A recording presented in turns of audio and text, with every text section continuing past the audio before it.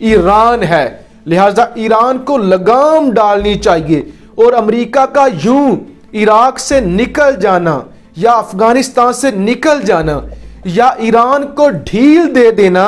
یہ اس چیز کی طرف اشارہ کرتا ہے کہ ایران خطے کے لیے خطرہ بن سکتا ہے۔ لہذا اگر آپ ایران کے حوالے سے یا ایران کو خطرہ نہیں سمجھ رہے تو آپ غلطی پر ہے۔ یہ جو بائیڈن کو پیغام دینا تھا، اور پھر اسرائیل یہ تو ہر صورت میں کرے گا کہ جو بائیڈن اس کے ہاتھ سے نہ نکل پائے، کبھی بھی جو بائیڈن اس کے ہاتھ سے نہ نکل پائے، اور ایسا تو ہو بھی نہیں سکتا۔ دیکھیے یہ چاہتے بھی نہیں اور ایسا ہونا بھی نہیں چاہیے۔ ایک جانب دیکھیے کہ امریکہ 400 ارب ڈالر کی انویسٹمنٹ کر رہا ہے ایران کے اندر۔ ایسے کیسے ہو سکتا ہے کہ ایک ہی وقت میں ایران کا چین بھی دوست ہو اور اسی وقت میں اس کا امریکہ بھی دوست ہو؟ لہذا یہ ممالک نہیں چاہتے کہ کسی طرح بھی امریکہ ایران کے قریب آئے، ایران سے اچھے تعلقات رکھے۔ ان کو جب پتا چل گیا تھا کہ ٹرمپ کا آخری سال ہے تو انہوں نے 3 جنوری 2020 کو قاسم سلیمانی کو شہید کروا دیا تاکہ کبھی بھی امریکہ کے اور ایران کے تعلقات ٹھیک نہ ہو سکیں۔ آج میرے سامنے زینب سلیمانی شہید جنرل قاسم سلیمانی کی بیٹی ہیں، ان کا ایک ٹویٹ گزرا۔ وہ ٹرمپ کو مخاطب کرتے ہوئے کہتی ہیں، جب ٹرمپ کا آخری دن تھا تب انہوں نے یہ ٹویٹ کیا، وہ کہتی ہیں مسٹر ٹرمپ تم نے میرے والد کو قتل کیا ہے، جنہوں نے ہمیشہ جنگیں جیتی، جو کہ ایک بہادر تھے، جنہوں نے داعش کو شکست دی، جنہوں نے القاعدہ کو شکست دی، وہ ہماری امید تھے۔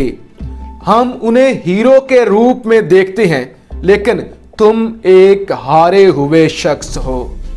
تم ایک تنہا شخص ہو، تم ایک ٹوٹے ہوئے شخص ہو۔ لوگ تمہیں بھول جائیں گے، لوگ تمہیں ہیرو کے روپ میں نہیں بلکہ ایک ایسے شخص کے روپ میں دیکھتے ہیں جس کے چاروں طرف خطرے ہیں، جو کہ ڈرا ہوا شخص ہے، لیکن میرے ابا کو، میرے والد کو ہمیشہ ہیرو کے روپ میں یاد رکھا جائے گا۔ لہٰذا انہوں نے اس وقت جنرل قاسم سلیمانی کو شہید کروایا تاکہ امریکہ اور ایران قریب نہ آ سکیں، اور اب یہ سارا اتحاد اور شیطانی طاقتیں متحد ہو چکی ہیں۔ انہوں نے سب سے پہلے یمن کے عدن ایئرپورٹ پر دھماکہ کروایا اور اس میں انہوں نے الزام لگایا حوثی باغیوں پر، اور اس کے بعد انہوں نے اپنا ٹارگٹ اچیو کیا۔ انہوں نے کہا کہ حوثی باغی جو ہیں وہ عالمی، وہ انٹرنیشنل دہشت گرد انہیں قرار دیا جائے، اور ٹرمپ نے یہ فیصلہ بھی کر دیا۔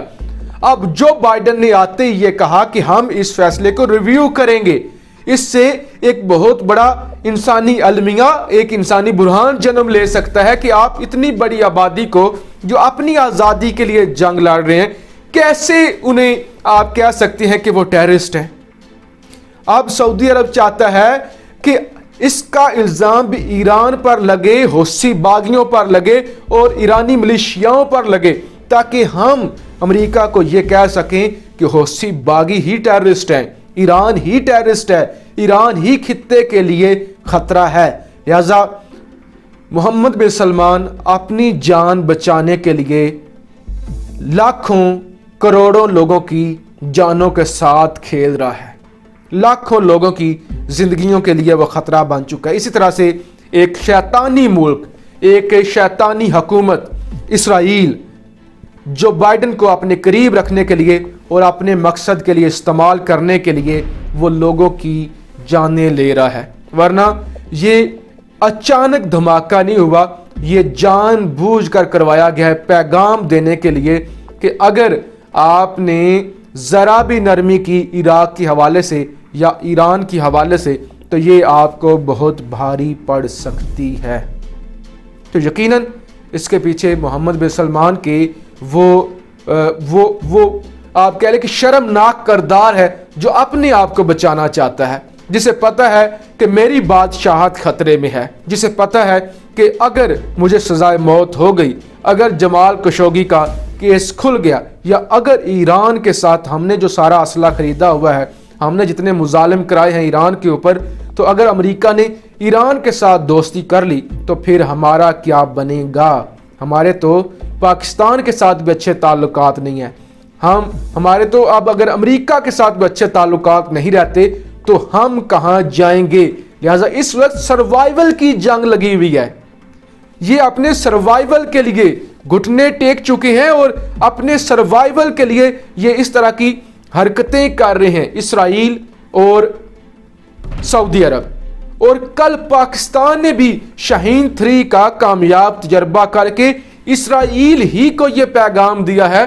کہ تم نے اگر پاکستان کے حوالے سے کوئی اس طرح کی سوچ رکھی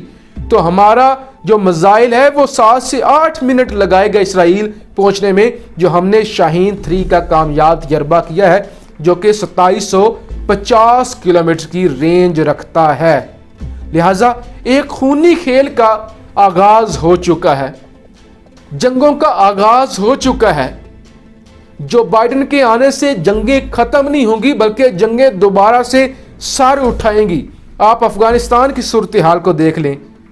وہاں پہ بھی امن ہوتا ہوا نظر نہیں آ رہا، بلکہ دن بدن وہاں کے حالات مزید خراب ہوتے ہوئے